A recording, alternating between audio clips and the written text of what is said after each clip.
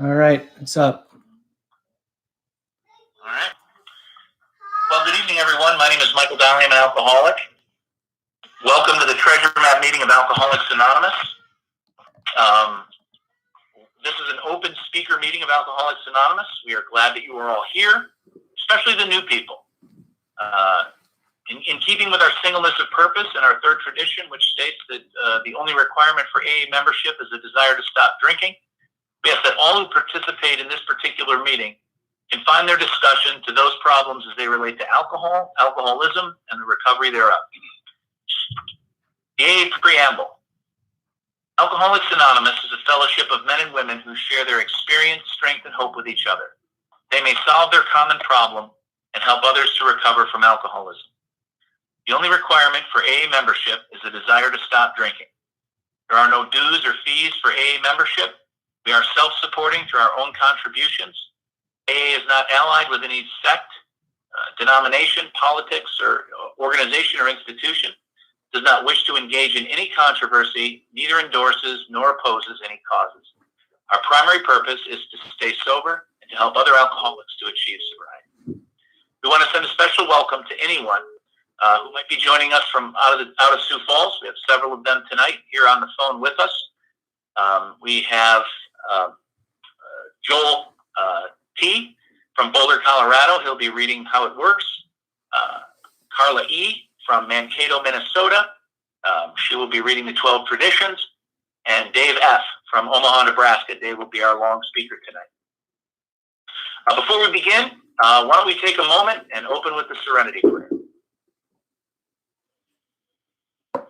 God, grant me the serenity to accept the things I cannot change, the courage to change the things I can, and the wisdom to know the difference. Also, if there's anyone who is here for the Treasure Map meeting for the first time, we certainly want to welcome you. And if there's anyone out there who's at their very first meeting of Alcoholics Anonymous, we want to welcome you. My name is Michael Donnelly. If at any time through this you would like to speak with us, you can certainly instant message me through Facebook, our group through Facebook, or my phone number is 605-310-8791. Please feel free in this day and age of separation that we're doing because of this coronavirus. Please make sure that you get some phone numbers. We're always here to help you. You're one of the most important people here tonight, and we welcome you, and we want you to know that we're here to help. We understand, and we're here to help. With that, I'm going to pass it on to Joel T. from Boulder, Colorado, who has been kind enough to agree to read How It Works. Joel? Thanks, Mike. I'm Joel. I'm an alcoholic. How it works. Hi. Rarely have we seen a person fail who has thoroughly followed our path. Those who do not recover are people who cannot or will not completely give themselves to this simple program. Usually men and women who are constitutionally incapable of being honest with themselves. There are such unfortunates. They are not at fault. They seem to have been born that way. They are naturally incapable of grasping and developing a manner of living which demands rigorous honesty. Their chances are less than average. There are those, too, who suffer from grave emotional and mental disorders, but many of them do recover if they have the capacity to be honest. Our stories disclose in a general way what we used to be like, what happened, and what we are like now. If you have decided you want what we have and are willing to go to any length to get it, then you are ready to take certain steps. At some of these we balked. We thought we could find an easier, softer way, but we could not. With all the earnestness at our command, we beg of you to be fearless and thorough from the very start. Some of us have tried to hold on to our old ideas and the result was no, until we let go absolutely. Remember that we deal with alcohol, cunning, baffling, powerful. Without help, it is too much for us. But there is one who has all power. That one is God. May you find him now. Half measures availed us nothing. We stood at the turning point. We asked his protection and care with complete abandon. Here are the steps we took, which are suggested as a program of recovery. 1. We admitted we were powerless over alcohol, that our lives had become unmanageable. 2. Came to believe that a power greater than ourselves could restore us to sanity.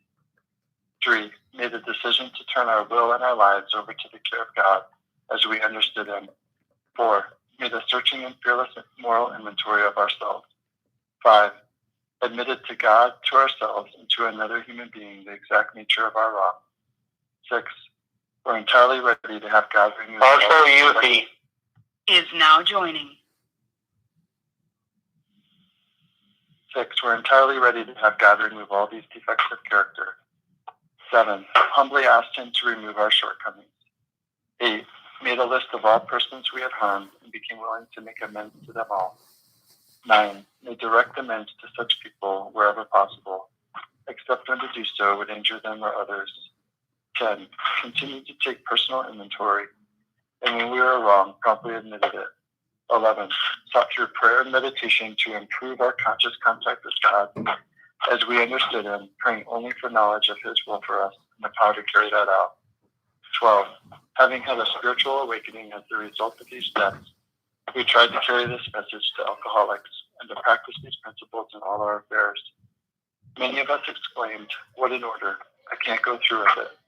Do not be discouraged. No one among us has been able to maintain anything like perfect adherence to these principles. We are not saints. The point is that we are willing to grow along spiritual lines. The principles we have set down are guides to progress. We claim spiritual progress rather than spiritual perfection. Our description of the alcoholic, the chapter to the agnostic, and our personal adventures before and after make clear 3 pertinent ideas. A, that we were alcoholic and could not manage our own lives. B, that probably no human power could have relieved our alcoholism. C, that God could and would if He were sought. Thank you, Joel. Appreciate you joining us from Boulder, Colorado tonight. The 7th tradition states every AA group ought to be fully self-supporting, declining outside contributions. Do not carry cash with you. We do have an online fulfillment form on the 7th tradition, which is available, so people can give online to the Treasure Map group if they so see fit. In this time of confusion again, where we're not meeting together, we still, and I just put a plea out, just put a hand out. Not so much for the Treasure Map group, we're doing fine. But if you have other home groups around the country that you're involved in, your local AA intergroup, your district, your area, and of course World Services, I'm sure are all seeing a slowness of funds coming in with the lack of meetings that's going on. Please try to keep them in your thoughts, your prayers, and your financial support. Now I'd like to welcome Carla E. from Mankato, Minnesota to read our 12 traditions. Good evening, Carla. Good evening, Michael. Thank you. My name is Carla, and I am an alcoholic. Hi, Carla. The 12 traditions found on page 562 of the Big Book. 1. Our common welfare should come first. Personal recovery depends on AA unity. 2. For our group purpose, there is but one ultimate authority, a loving God as He may express Himself in our group conscience. Our leaders are but trusted servants, they do not govern. 3. The only requirement for AA membership is a desire to stop drinking. 4. Each group should be autonomous except in matters affecting other groups or AA as a whole. 5. Each group has but one primary purpose, to carry its message to the alcoholic who still suffers. 6. An AA group ought never endorse, finance, or lend the AA name to any related facility or outside enterprise. Lest problems of money, property, and prestige divert us from our primary purpose. 7. Every AA group ought to be fully self-supporting, declining outside contributions. 8. Alcoholics Anonymous should remain forever non-professional, and our service centers may employ special workers. 9. AA as such ought never be organized, but we may create service boards or committees directly responsible to those they serve. 10. Alcoholics Anonymous has no opinion on outside issues, hence the AA name ought never be drawn into public controversy. 11. Our public relations policy is based on attraction rather than promotion. We need always maintain personal anonymity at the level of press, radio, and film. 12. Anonymity is the spiritual foundation of all our traditions, ever reminding us to place principles before personalities. Thank you, Carla. We appreciate that. Now it is my pleasure to introduce our short speaker, Marshall Yu from Sioux Falls. Marshall, good to have you here tonight. Thank you very much for your service, and you have the floor. Thank you, Mike. Good evening, everyone. I'm Marshall. I'm an alcoholic, sober only because of three things: the grace of God, great sponsorship, and a thing called Alcoholics Anonymous. My sobriety date is November 15th. My sobriety date is November 15th, 2003. The goofy part about them three things is I did not come here 16 years ago looking for those three things. I had no interest in the grace of God, great sponsorship, and a thing called Alcoholics Anonymous. I didn't think I was an alcoholic by any means. I knew I had a problem, but I didn't think it was that bad. So I wasn't overly. My first introduction in the rooms of Alcoholics Anonymous was because a treatment facility said go, and the probation officer said either you go to AA or you go to jail. And it was one of them choices that I really didn't like either choices, but I decided to just follow what they had to say. I was going to jump through hoops to get these people off my case. So I went. The first AA meeting I went to was in Brookings. That's where I got sober. And to be honest, everyone seemed to be 20, 30, 40 years older than me, laughing, giggling, and they seemed to, I listened to their stories and I thought, you people really do need to truly be here. You guys talk, your story is like, you really need to be here, but I'm unique. I'm different. I'm not like you. I don't drink like you. I'm not anything like you. I haven't destroyed a marriage or a car. I don't have multiple DWIs. And someone would always in the background here say the word not yet. And so I came here not really with a lot of hope of recovery or anything. I just wanted the court and system to be off my case. And what I've gained in them years of doing this to the best of my ability through a sponsor, through the grace of God, great sponsorship and a program of Alcoholics Anonymous, I've gained a life that I could never, ever, ever imagine today. The life I have today was never in my imagination. I couldn't even fantasize how good my life is today because of the program. I was a little worried and concerned, of course, with I'm just a nervous, I don't know if you call it nervous. I have lots of fears in life. Is this going to work out? I've never done this phone thing, and I was kind of worried about it, but I just prayed about it as Mike and everyone was doing the traditions and the steps, and I just prayed about it. It's like, God, just give me the words to just say what needs to be said. And the funny thing is, when I take that leap of faith and walk towards that fear, and what I've come to find out is fear is false evidence appearing real. Once I step through that fear with the grace of God and great sponsorship, it really is nothing but the boogeyman. You put the light on it, and the fears are not nearly as much there. But when I got here, I struggled with getting a sponsor because I was raised in that type of home. If you got yourself into a mess, you get yourself out. And I had so much pride and I had so much ego in me. So much that it almost got me in lots of trouble. And after about 3 years of just being sober, I realized that my life was crashing down on me and things weren't getting any better. Because I came in the rooms of Alcoholics Anonymous thinking, convinced that all I need to do is just stop drinking. And for a guy like me, that was so far from the truth. Me not drinking, not working any kind of program, not seeking God, not seeking help it's a bad place for me. I finally surrendered to the idea of getting a sponsor. Kind of the reason I giggle is because I had this old timer. I mean, he was old dude. He had hair coming out of his ears. He was just an old guy. Is now exiting. And he would ask me every once in a while, hey, you got a sponsor? I said, no, I ain't found her yet. He'd laugh and giggle and just shake his head and walk away. And one night on a Saturday night meeting, I was last one in, first one gone type person. I was sitting by the door, closest to the door, and the meeting got done. The hands went down. I was heading for the door, and him and a sponsor caught me at the door. He said, have you got a sponsor yet? I said, nope. He said, congratulations, I'm going to be your sponsor. And so I surrendered to the idea maybe someone out there might have a better idea of my life. Because step one comes in two parts for me. Step one, part A, is we admit we're powerless over alcohol. If you read the literature, and there's a dash in there, and what I was taught is you stop, you take a breath, and that my life had become unmanageable. And my life had been unmanageable from basically the day I was born. I was born with the disease of alcoholism, ISM, I, self, me. I was so consumed with self. But I finally surrendered to this idea of the sponsor and this idea of maybe, just maybe, these people might have a solution to this thing called life that I was really struggling with. And I started doing the steps not very grudgingly, and I had to pray for a ton of willingness to do this stuff because I was stuck between a hard rock and a place, I don't know how to put it in words.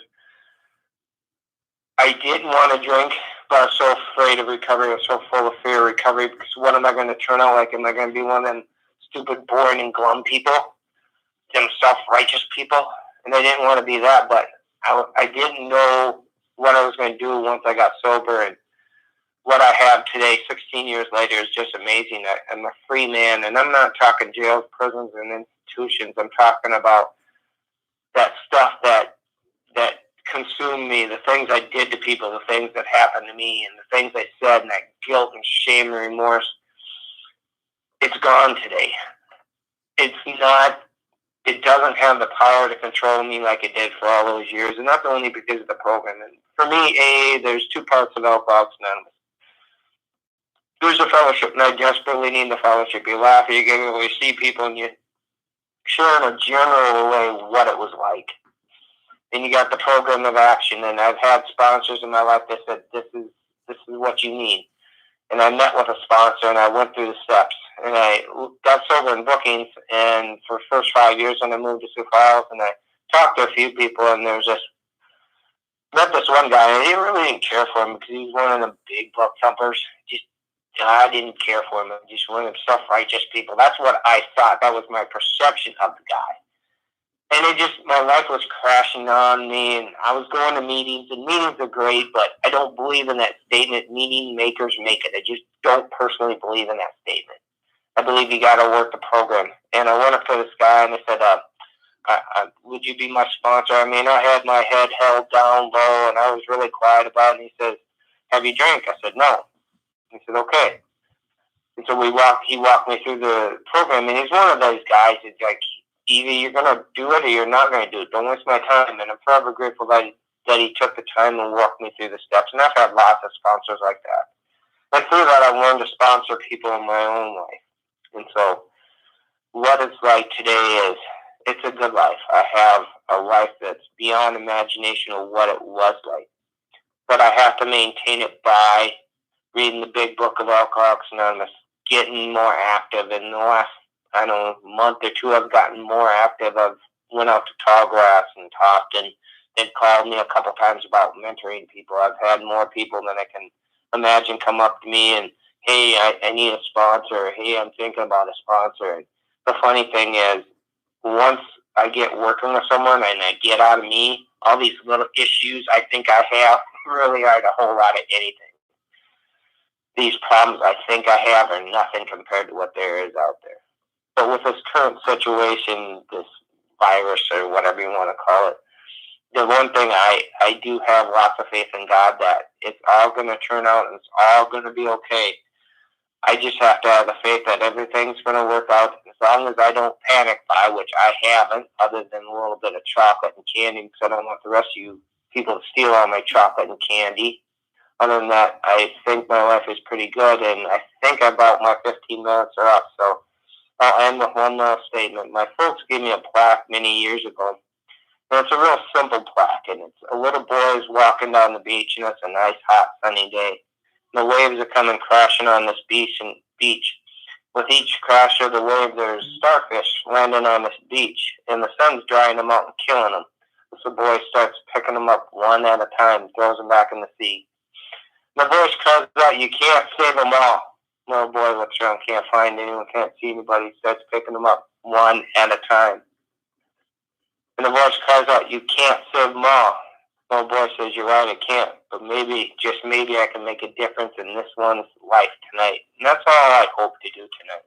Not please the masses, not to get to all the big hoorahs and the big slaps on the back. All I hope is, through my message of experience, strength, and hope, is that I let someone know that there is a chance, that there is hope, and that your life can get better if you choose to work the program to the best of your ability. That's all I got, and God bless. Marshall, thank you very much. I appreciate that. Really appreciated your comments. Thank you so much. Thanks for being a part of the meeting. Thank you. You bet. We're going to take about a 5-minute break. If you need to use the facilities, feel free. Treasure Map meeting will be back in 5 minutes, and we will hear from Dave F. from Omaha, Nebraska. Thank you. Thank you. Oh, good.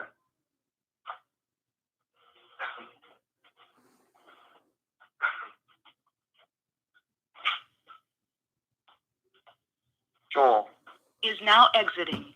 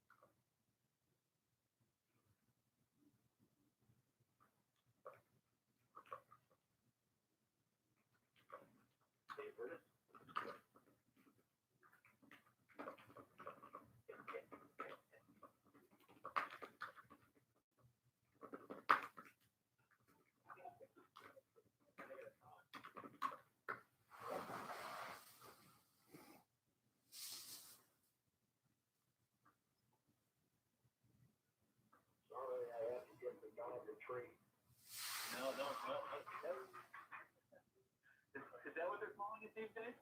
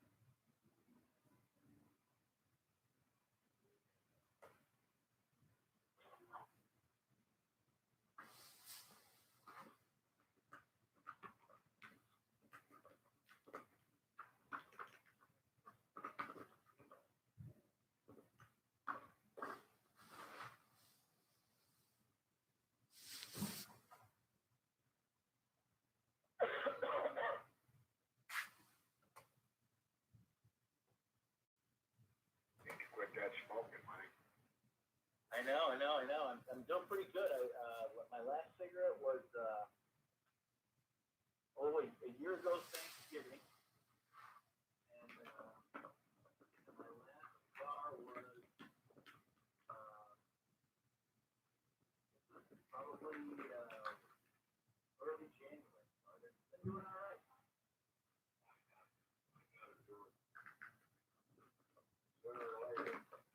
I know. Stuff. But not that to me. I just had to do time. And actually, it was much easier than I thought. Once I finally just sort of let it go. I felt like I had given it to God about 40 times before that. Just in the last,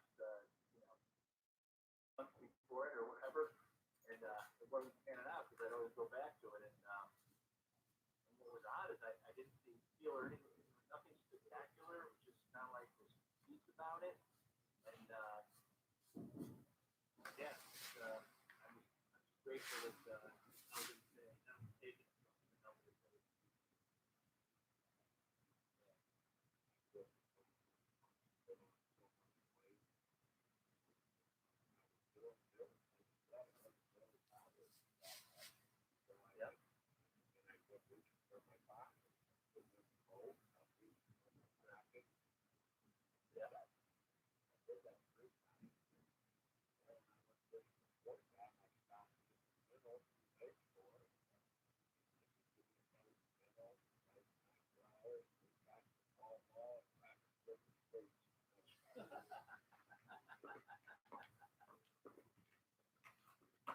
Beautiful.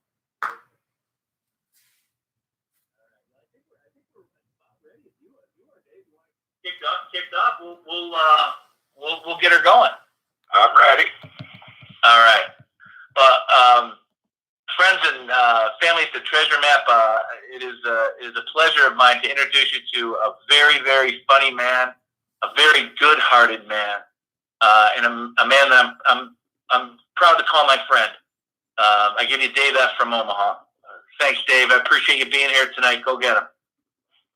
Thank you, Mike. Hi, everyone from Omaha, Nebraska. My name is Dave Floro, and I'm an alcoholic. Because of the grace of God, sponsorship, and following a few simple rules, I've been sober since September 4th. Unknown participant is now joining. Mike, I want to thank you for asking me to speak. I really wanted to drive up and see the Treasure Map meeting. I had some people lined up, my first sponsor, and we were going to drive up there today, but because of this virus, this is the first time I've ever given a talk on the phone also, and I guess you'll get what there is, but, I met Mike, in a few different places, and, I was a little bit nervous before I started tonight, but after hearing his voice and stuff, he just got something about him, just calms me. So, let's get drunk, all right? I was raised and brought up in South Omaha, and good family. Mom and dad, hard workers. My dad was an electrician, raised 7 of us. We pretty much never needed for anything. And had a great upbringing. St. Peter and Paul Catholic Church, the altar boy, the whole 9 yards. And I never did set out to be the person I was, and I think it started back in my childhood, my alcoholism, because I had this idea that I was going to be somebody special. I was always kind of the leader of the group. I was a good ball player. A lot of people were calling and asking me to play baseball for them. I was a pretty good pitcher. And I just kind of went on from that point on, had this high regard of myself, the ego, the pride. I can handle this. I can take care of that. And that's probably the main culprit of why I had to suffer till the age of 40 in 1996. I I don't like to spend a whole lot of time on my drunk log. We could sit around and tell stories, but I'm more interested in what happened. You know, so I went through, just to give you an idea, I went through 3 high schools, got kicked out of them. I never finished anything that I ever started. I 5 treatment centers, 10 DWIs, and I lost my license for 280 some years. And that's just the way it was. That's because I drove around. I had a defiant streak. I wasn't going to listen to anybody, and I was going to do just as I pleased, and I'll figure this out down the road. Won't be no big deal. And I kept running into trouble all the time because of my decisions and everything else. I was in trouble in high schools. I was in trouble everywhere I went.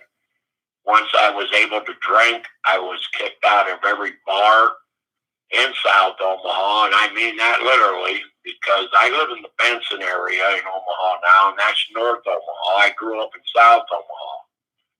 So that's where all my DUIs would take place. I'd travel from one part of the town to the next.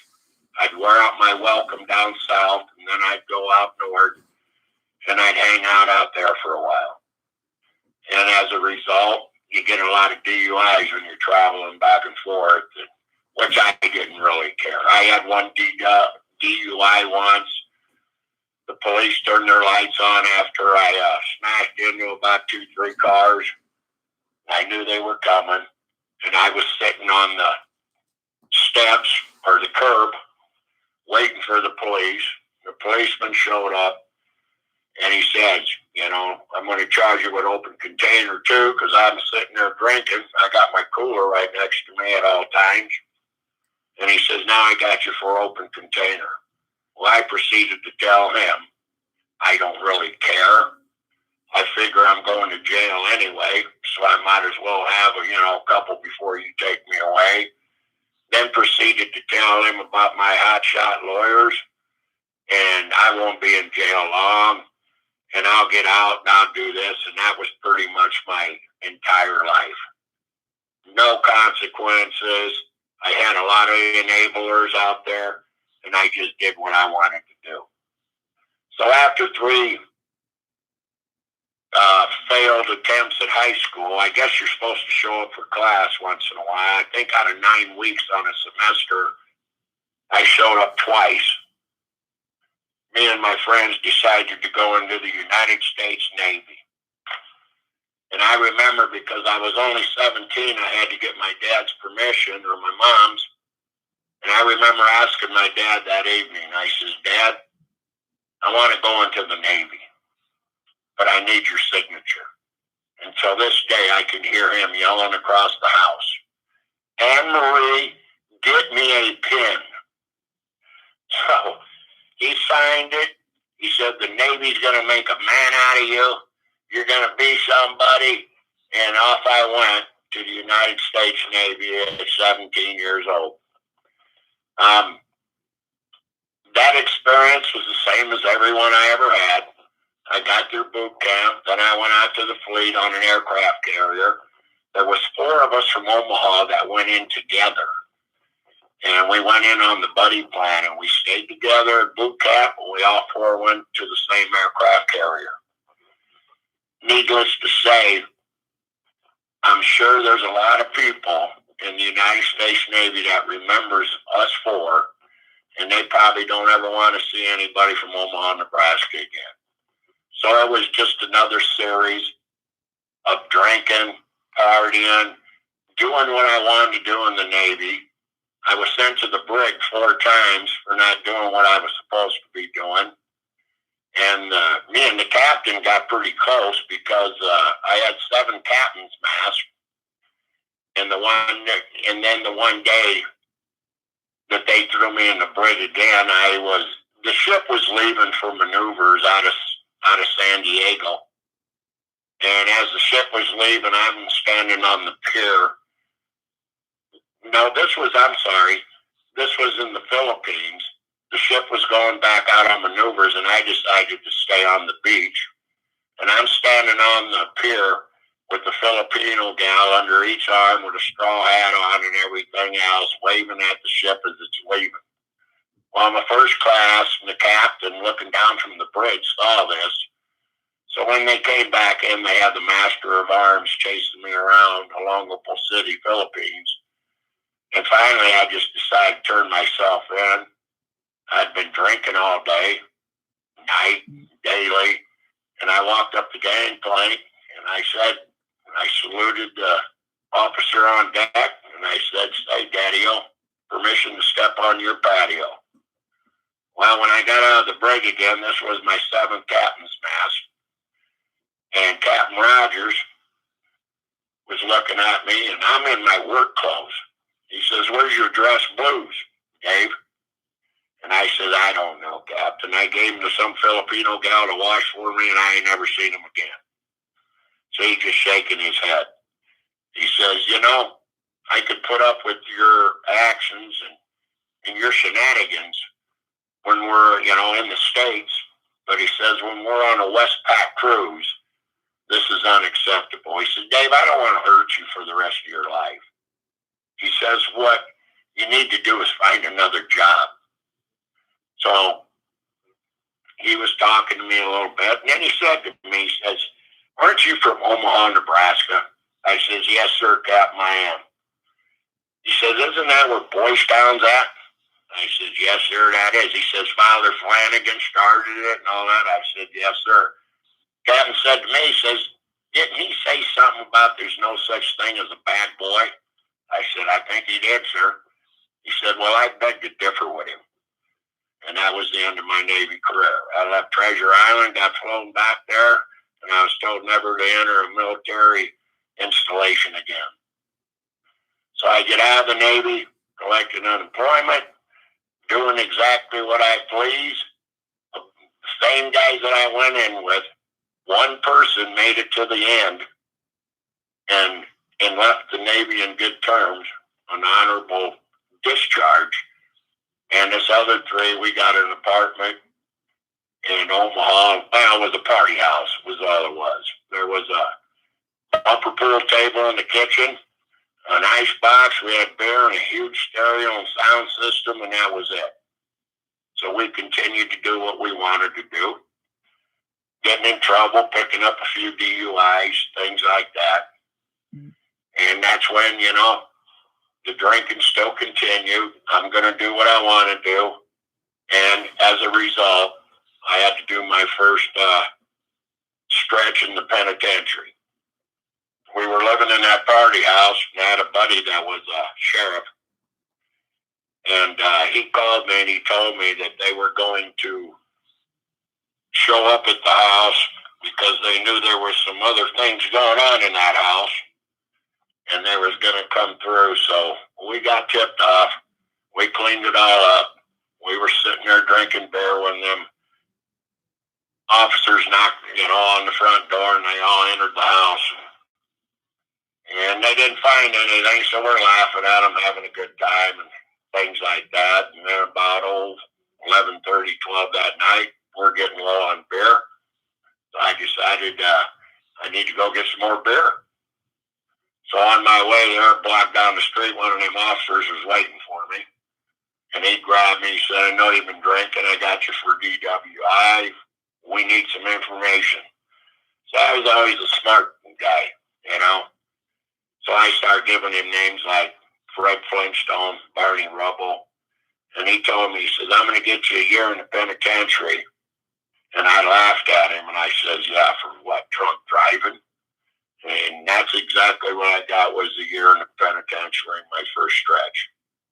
Prior to this, before prison, like I said, there was a lot of enablers. I was hip, slick, and cool, dude. I knew when I got DUIs and I was going in front of the judge, the best thing to do was go into treatment. So I'd go into treatment, and I'd play that little silly game. And then it would look good when I got in front of the judge, and he'd give me probation or just a few days in jail. And that was my whole life. I just always on the con, always giving somebody, a sad story. I mean, my first treatment was at Emmanuel Hospital in Omaha. It was a 40-day treatment. And I went in there, and you people that have gone to treatment, you know how it goes, After you've been there a while, they put you on the hot seat, and you know it's coming because us drunks aren't stupid. You know it's coming. And the day I knew that they were going to, start on me on the hot seat, I just raised my hand before the meeting, and I would say things, well, what I told them was, my roommate Dave was telling me last night that the day he gets out of here, he's going to go get good and drunk. I says, maybe Dave would like to talk to the group about that. So that takes the heat off of me. It's on Dave. I leave the treatment center. And the funny thing was, that was over 30-some years ago. And before I left, me and another guy that worked for the city of Omaha decided to come up with this great idea of giving the person that we thought showed the best improvement a chip. We would give him a chip. And I heard to this day, they still do that up at Emmanuel Hospital. So the day we got out, me and the guy who worked for the city of Omaha went to the bar, and we chuckled about it. Everything was a joke with me. Everything was funny. And I'd start going to these AA meetings, and they wanted me to go to a couple of them. Most of the time I went to the bar. I had all the guys sign my card. But, I'd go to a few, and I thought, boy, this is really something else. So that kind of behavior continued. And after you get another DUI and another DUI, and then I got 2 in one day one time, then they throw you in prison, and I started the prison trip because they don't give you probation or anything anymore after you've been to prison.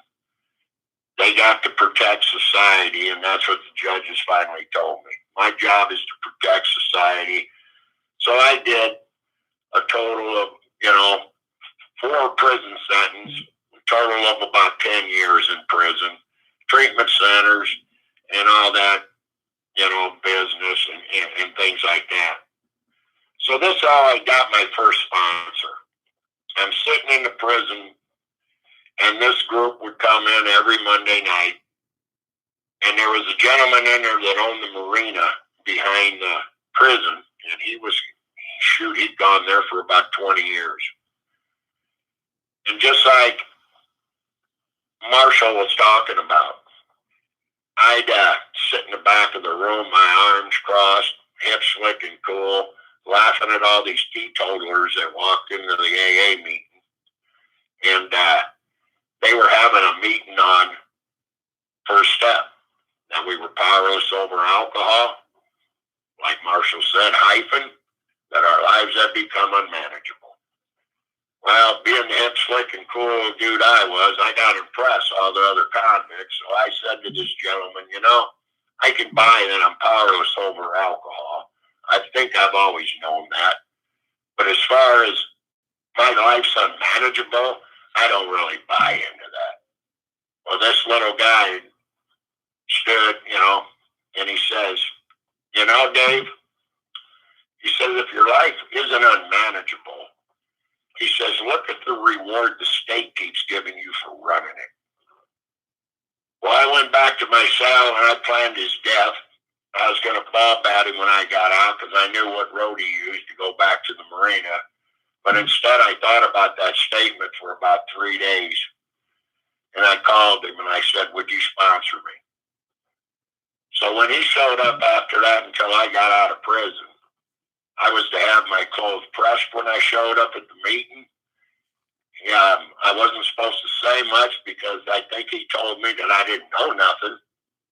And that's kind of how it started. That gentleman sponsored me for about 7 times over the years. I'd go back in, I'd get out, I'd go to AA, I'd play the little silly game, and then I'd get restless, irritable, discontent, and then I'd have to leave again. People were always there to try to help. But what do you do if you don't like people? And that was my attitude. People bored me. I'll do what I please, and thank you, but I can take it from here. So that went on, and then finally, September 4th, 1996, I just lost another job. My wife, Pat, comes home every day at lunch from her work because she gets an hour and makes beds and maybe puts something on for dinner. So I called her and I said, you know, Pat, I have to go do an interview for a job. On your way back to work, would you drive me there? Now, this is the kind of liar I was. It didn't take me any thought process, anything else. So when she showed up that day, September 4th, 1996, my fishing bucket was in the driveway, my poles were there, my tackle box, and she gets out of the car and she says, what happened to the interview? I said, well, you know, honey, I called back and they said that I needed a valid driver's license. So, being as how you're here, could you drop me off at the lake north of Omaha on your way back to work? And you all remember this, and you know, that look that the people give you after they're done fighting with you, after they're done begging you, after they're done, they just give you that look like, why don't you go die? And that's the look I got. And she took me that day, and I sat on that 5-gallon bucket. On the way there, I says, oh, I got to get a pack of cigarettes, honey. I said, can we pull in the quick shop here? And so I came out with the pack of cigarettes and hopefully my last 12th pack of beer I'll ever buy. And I went on, you know, to the lake. Sitting on that 5-gallon bucket, I looked up. There was a pontoon boat with a bunch of young people on it, laughing, having a good time. And I thought to myself, you know, they're probably on vacation. They probably worked somewhere for an entire year and they get vacation. I had never, up to that point, I'm at age 40, I never worked at anywhere for a year. I lost a job. I quit before they fired me. I just did my own thing. So I sitting on that bucket, and you always hear them at the meetings. I had this moment of clarity. Basically, I had a lot of AA. I had a head full of AA, a belly full of beer, and then it came to me, my favorite part of the big book was page 52, where I said, you know, man, I'm having trouble with personal relationships. Nobody wanted me around. My brothers, my sisters, I would go over to their house and I'd pull in the driveway and they'd come out on the porch and point the other way. Get out of here. My own father called me and said, don't come to South Omaha when you're drunk anymore. Just stay away. You know, I couldn't control my emotional natures, like it said on page 52. I was a prey to misery and depression. And, you know, and I couldn't make a living, never worked anywhere for long. And I had a feeling of uselessness. I was full of fear, and boy, I was unhappy. And I broke down sitting on that lake. And I said, my God, if there is a God, I got to do something because I am sick. I'm 40 years old, and I've been 228 years I can't drive. I've been to prison 4 times. I ain't much of a father, husband, son, nothing. And I broke down.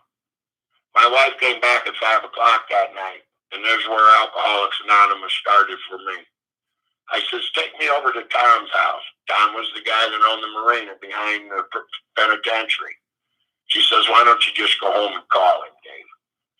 So I went home and I called Tom, and I says, Tom, this is Dave. How you doing, Dave? I said, not good at all. I says, I'm ready to do what you guys want me to do. I'm willing to turn my life over to anybody who wants it. So I was sitting on the porch with my daughter. She's a principal now at a high school in Bellevue.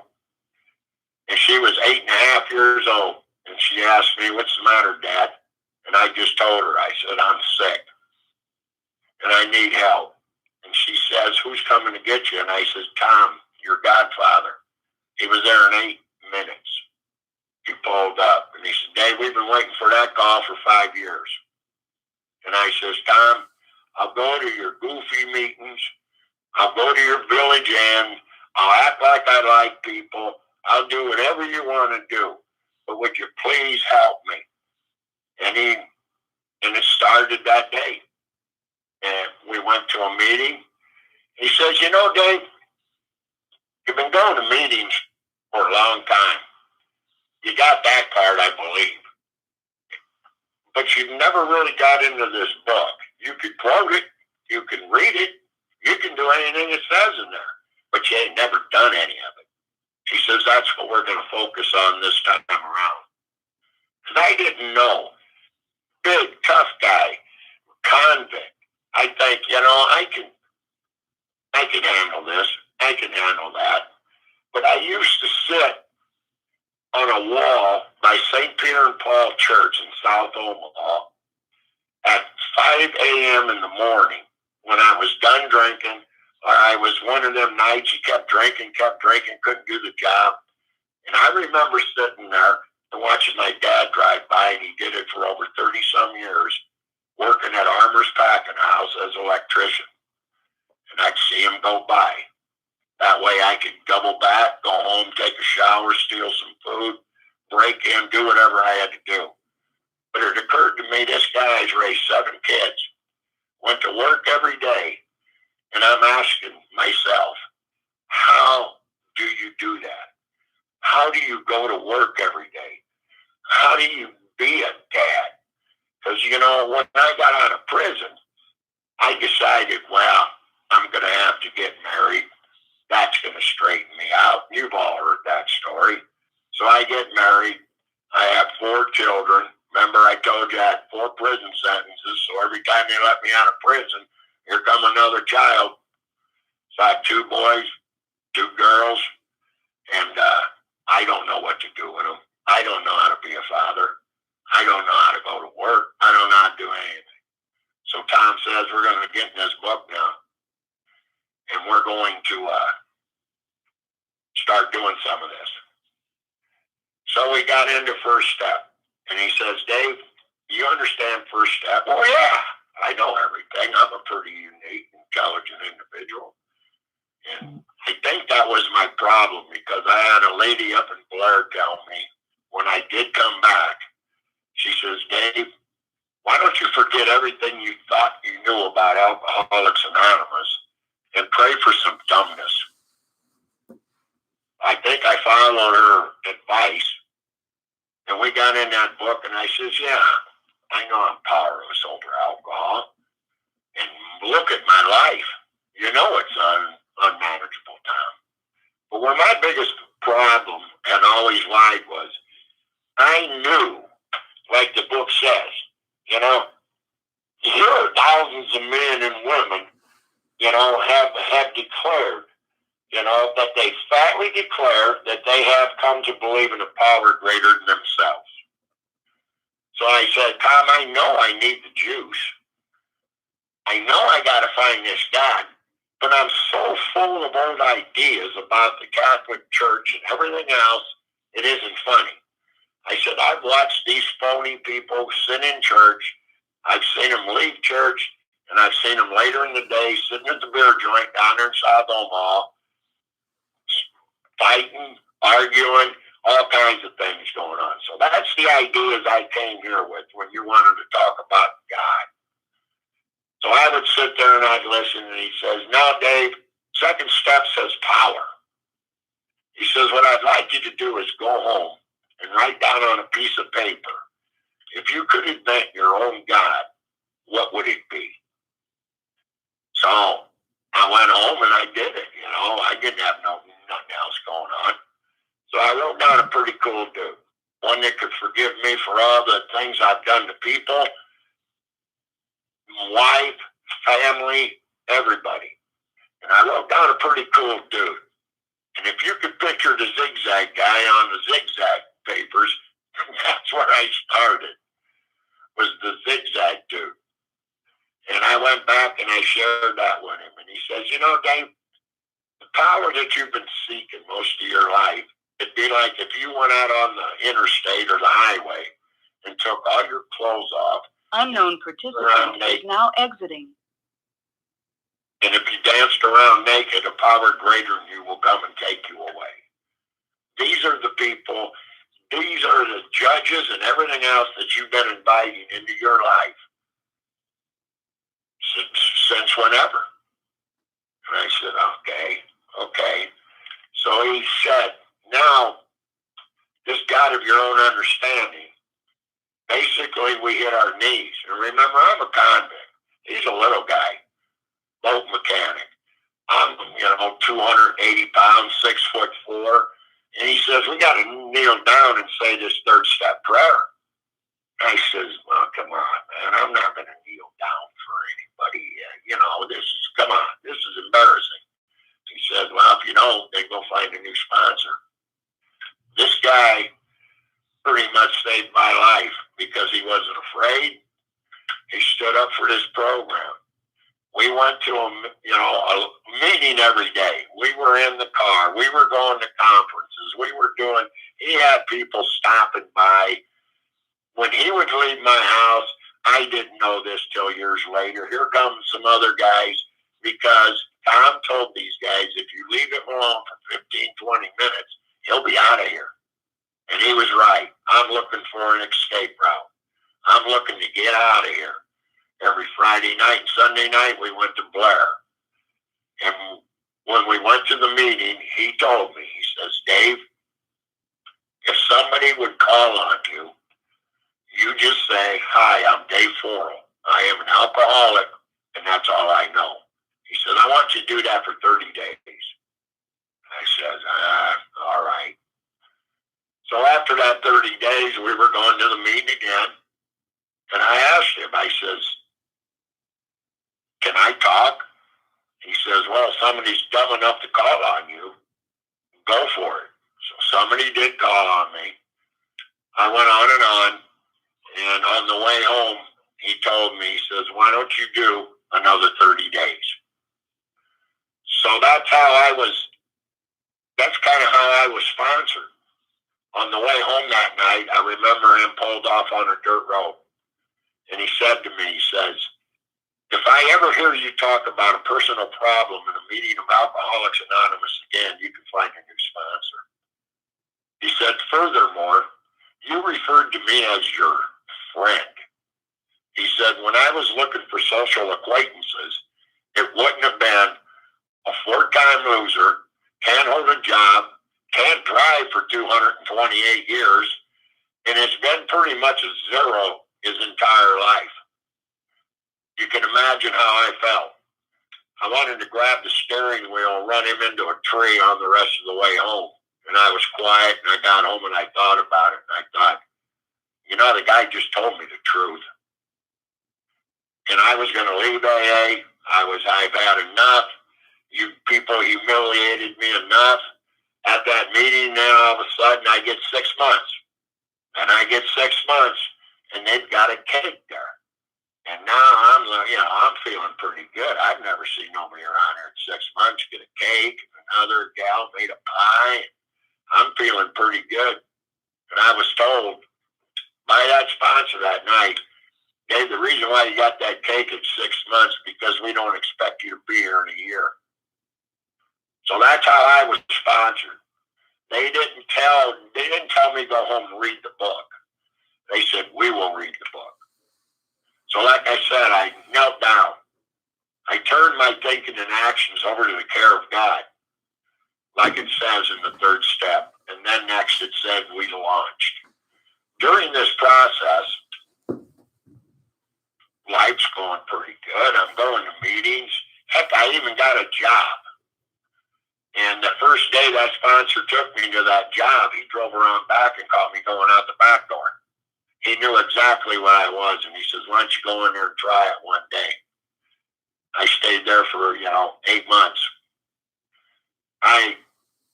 When I was in prison at a work release center getting ready to be released, my mother passed away she had a blood clot that let loose when she was in the hospital. And I talked to her that day when I was at work release, and they used to let you go out to AA meetings. So I called her and I said, I'm going to come up and see you, Mom, at the hospital. She says, don't you have that A&A? And I says, yeah. She says, well, you ought to go to that because you seem to do a little better when you go to that. So I said, okay. And I got back to the work release center that night, and they called me behind the desk. And it was my brother Jeff, and he said, Mom died tonight. How do you can't show any emotion in prison.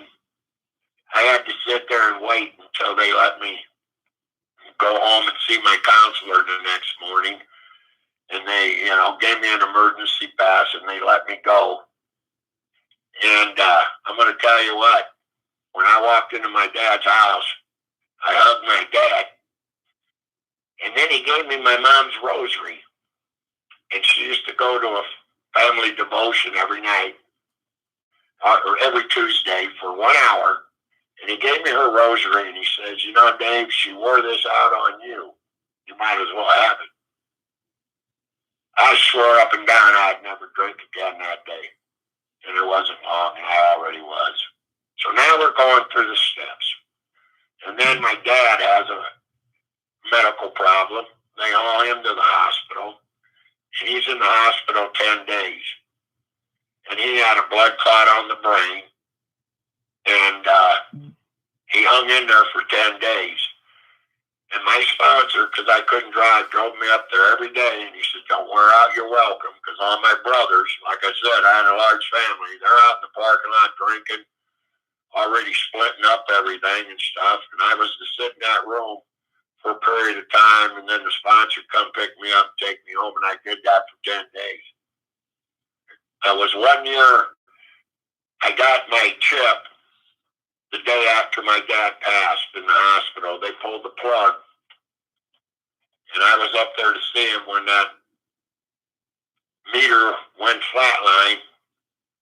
And he passed away when I was sitting in that room. And I bent down and I gave him a kiss. And I said, say hi to Mom. So now Mom and Dad's gone. I'm in the middle of these steps.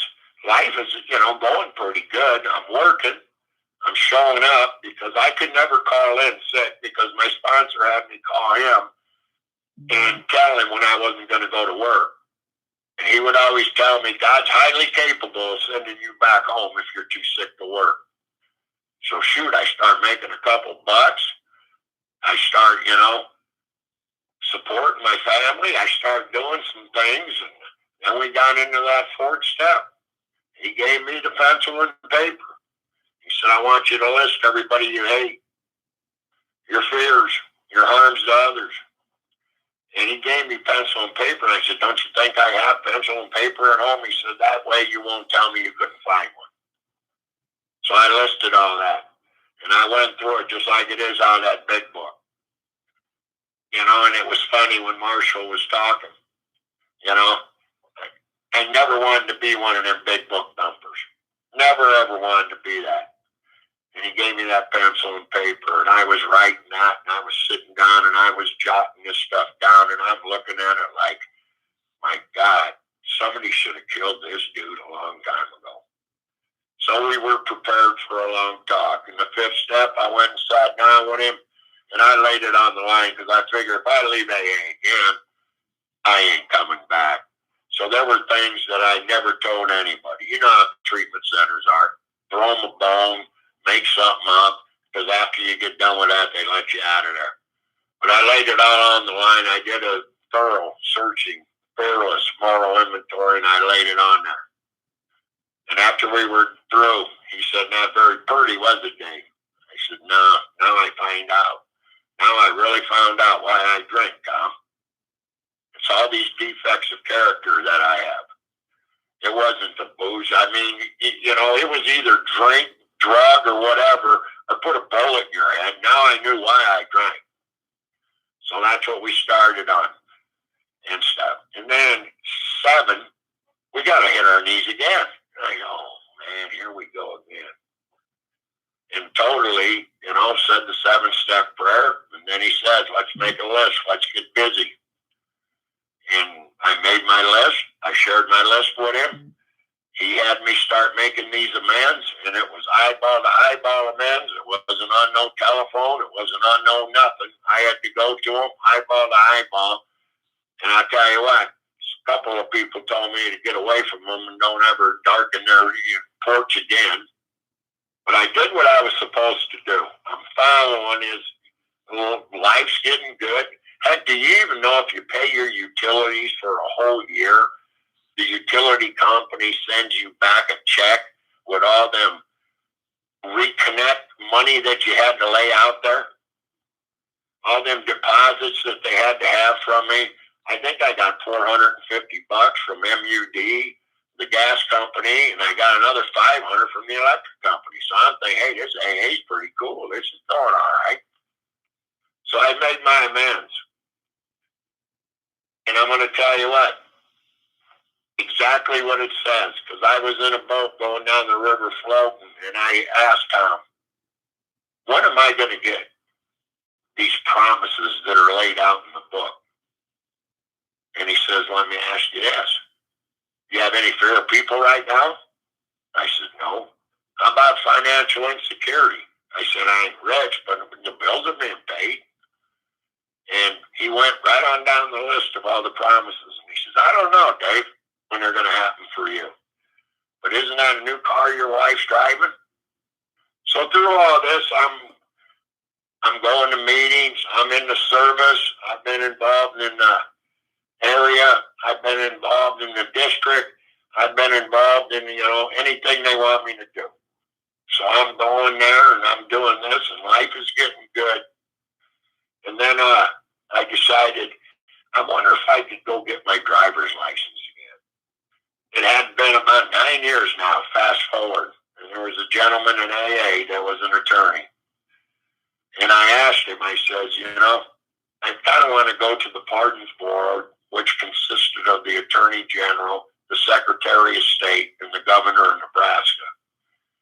And we went before them, and this guy did it for free for me. And these guys are reading, and they said, my God, you've lost your license for 228 years? And I said, yes, sir. He said, we ain't never dealt with anybody lost their license for that long. And I said, well, you probably won't. And they said, what kind of guarantee that you can give us today if we give you your driver's license back? That you won't go out here and kill somebody out on a highway or a whole family or somebody and get drunk again? I said, I can't promise you that, sir. All I can do is do what I've been doing with these guys that are helping me for the last 9 years. And I'm happy to say they gave me my license back. Wasn't that long ago. And hell, they got pictures on them now. And I remember I went to that driver's license bureau. And I went and I had to take the test and I had to drive for them. And they gave me that license with my picture on it. And I was sat in that parking lot looking at it, and I cried like a baby. And the first person I called was Tom. Because by then, me and Tom we separated. Still great friends. We still go to meetings. As a matter of fact, he was going to drive up there with me because he's from Sioux Falls. And we really did become friends. But it just felt like at times I was still in prison because in his eyes I couldn't do anything right. So I went and I made a change. I got Denton Martin in Omaha. Then he passed away and I have Gary. And by the way, Gary reminded me before I got on here today that I'm insignificant. He always reminds me that I'm insignificant and stuff. So he don't let up on me too much either, and that's the kind of sponsors I have to have. So I called Tom, and I said, Tom, how do I thank you for the life that you gave me today? I'm sitting here looking at a valid driver's license. He said, when that phone rings at 2 o'clock in the morning or that guy needs some help, that's how you pay us back. You go do it. And I'm happy to say I've been doing that ever since. I've picked guys guys up all over. I'll drive them all over. I pick up guys from the penitentiary and take them to our meeting.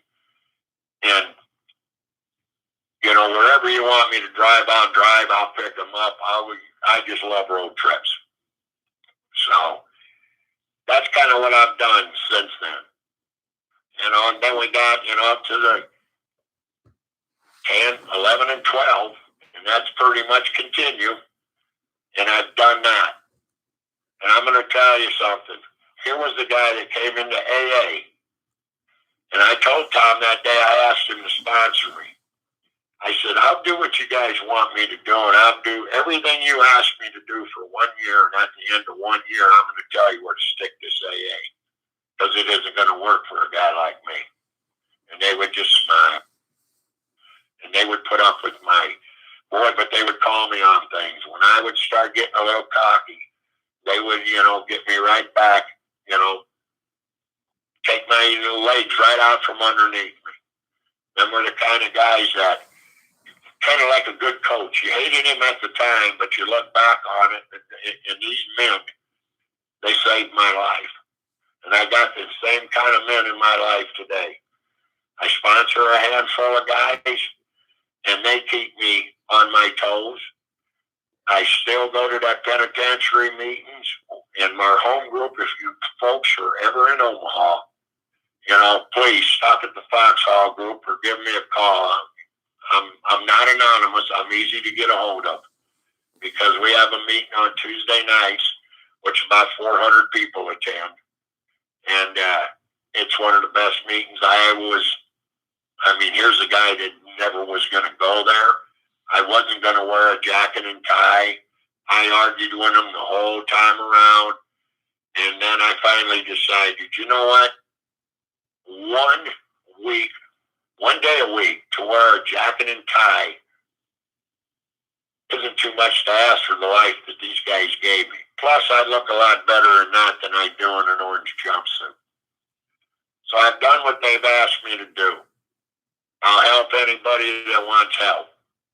And then my life today, you know, before we got on, Mike was talking to my daughter. And my daughter has had quite a few medical problems in the last few years. She's had 34 operations. She had a spider bite on her leg. They had to remove her leg. And then when they were working on her aorta, because that had a tear into it, it left her paralyzed from the waist down. So she lives with us, and we go back and forth all day. And I moaned about it, and I bragged about it, because I'm pretty much semi-retired. The guys that showed me over the years how to be a real contractor and just not put a magnet on your car and drive around. It's a heating and air conditioning business that I pretty much, you know, have the corporation I let go. I'm still working with a guy, you know, that does that. I owned a 3-quarter-way house for 20 and a half years, guys coming out of prison. And that was probably what saved my bacon, because I was dealing with guys that were just like me, coming out of prison. So this January, I decided I'm going to kind of semi-retire. My wife's going to retire in July. I believe she said the 8th. And I'm going to enjoy life. So I've been kind of draining the swamp, getting rid of all these things I thought I needed and just enjoy life. And by the way, me and that woman, I believe it is going to be 43 years, April 16th, that she stayed with me.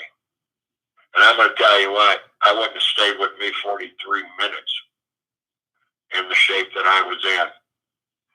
So much has happened to me. I've got to go all over and meet people. And that's where I met Mike, out on the road and stuff like that. What a neat guy. You know, here's a guy that didn't like anybody, didn't like people. In 2002, I got cancer. They removed my bladder. I thought, oh man, I'll walk around the rest of my life with a bag on the side of me, but they put what they call a needle bladder in your stomach, hook all your plumbing up, and everything's just fine, and I'm cancer-free. Then just a few months ago, I go in for a checkup, and I needed a quadruple bypass. So I go through that. And I'm going to tell you what, I didn't like people. I didn't give them a chance. I always thought they wanted something. But going through all that over the years, you ought to see the people that's been up at the hospital, brought meals over, and did things. So I'm pretty much, I told Mike, I'm kind of letting up on people a little bit. I still have my problems. I still get into self. And it was funny because I talked to Mike this week. And I said, who's your sponsor? And he gave me his name down in Kentucky. So I pulled him up and I listened to his talk. And it was funny because for a week and a half, I've had great intentions, Mike, of gutting my whole basement. A guy had a dumpster in my driveway for a week. Great intentions. I'm going to get at this and take care of it. I didn't do anything for over a week. And then after I listened to his tape, I went downstairs and in 2 days, by myself, I gutted the whole basement. Ceiling, walls, everything to the studs. And they took the dumpster out today. But it was ironic when I listened to his talk. And that's how I've learned anything here in AA. I'm just going to follow the examples. And there's some great examples around. And if I keep doing that, if I stay on the firing line, I got 4 grandchildren now. They come over and just have a ball, and I get another shot at life again because I wasn't around for my 4 kids. And now they come around and they bring them little ones and stuff, and Grandpa teaches them in bad habits. And it just, if you would have asked me, 24 years ago, of what would take place in my life if I just said, get rid of the ego, get rid of the pride, do what they tell you to do, and just be humble, where you'd be at today in this life, I told you, you're crazy. There's something wrong with you people, because I am unique. I think too much. And it's been so easy for 24 years. Do what they're asked to do, be of service. And that's what they told me when I whined at them. Me and my wife, we should be retiring. We should be traveling all over the place and then enjoying life and things like that. But I have a daughter that we have to take care of, and she lives with us. And my sponsors tell me that's because today, after what God has done for you in your whole sobriety since you asked Him, you're to do His will now, and you're to be of service to everyone. And they shut me up right away. Me and my daughter have a great time. We go back and forth and everything. But I have a life that's undescribably wonderful. And I'm going to tell you what in closing. Today, it's funny because now I look at that page, all right, and I'm not having trouble with personal relationships. I can control my emotional natures because, damn it, I grew up. I'm not afraid of misery. I'm always having a ball. I don't have any depression because I was told depression is just self-pity that you're too lazy to get off your couch and do anything about, Dave. I can make a living, and I have. I don't have a feeling of uselessness anymore. I'm not full of fear. And I'm going to tell you what, I'm the happiest goddamn guy because I found you people, and I did find that juice. I found that God because all I had to do was do what they told me to do and follow that recipe that's in that big book. They just, I don't have very many. A lot of them tell me I don't have an opinion. My sponsor tells me that all the time. But there's this movement going around now. I noticed an area where there's a group of people that want to change some of the words in the big book. And I'm going to tell you what. I don't have to, basically the big book doesn't have to conform to me. I have to conform to the big book. It don't need change. Been working great. Since they printed that puppy in 1939. But everybody wants to change it all the time. And I'm here to say it don't need changing. I want to thank you again, Mike. And you tell your buddy Dave Roberts that I've been waiting for him to invite me up to his ice fishing hole, which he never has, but I understand he may still have a little self-centeredness in him.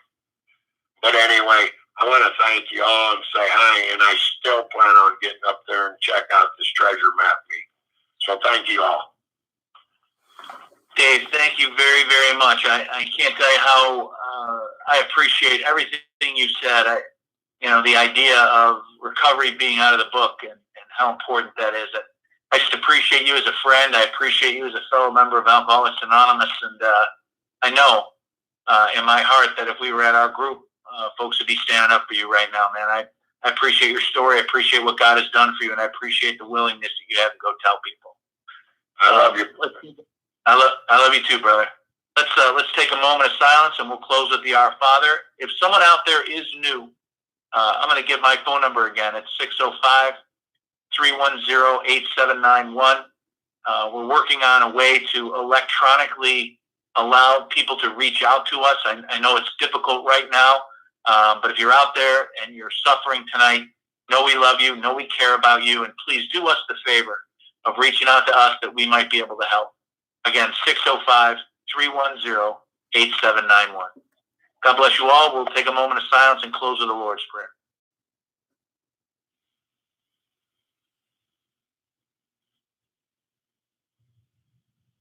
Our Father, who art in heaven, hallowed be thy name.